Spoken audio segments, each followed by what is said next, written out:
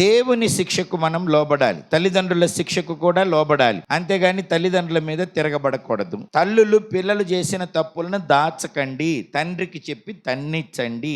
తన్నాక మీరు దగ్గరికి తీసి ఇందు తప్పు చేసావు గనక ఇందుకు తన్నాడు అని చెప్పాలి. తండ్రి మీద కోపం పెట్టుకునేటట్టు చేయకూడదు. తల్లులు ఆదరించాలి, తండ్రులు శిక్షించాలి. తండ్రి శిక్షించి తల్లి ఆదరిస్తే ఆ పిల్లాడు చక్కగా అభివృద్ధి చెందుతాడు.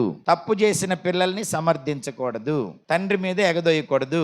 మరి తండ్రి పనికిమాలినోడైతే అది నువ్వేం చెప్పవసరం లేదు, వాళ్ళు చూస్తుంటారుగా, చాలా దారుణంగా ప్రవర్తిస్తుంటారు. మరి అప్పుడు ఏం చేయాలా?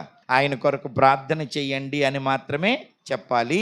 ఎవరు బాధ్యత కలిగి ఉన్నారో ఎవరు బాధ్యత లేరో పిల్లలకు బాగా తెలుసు.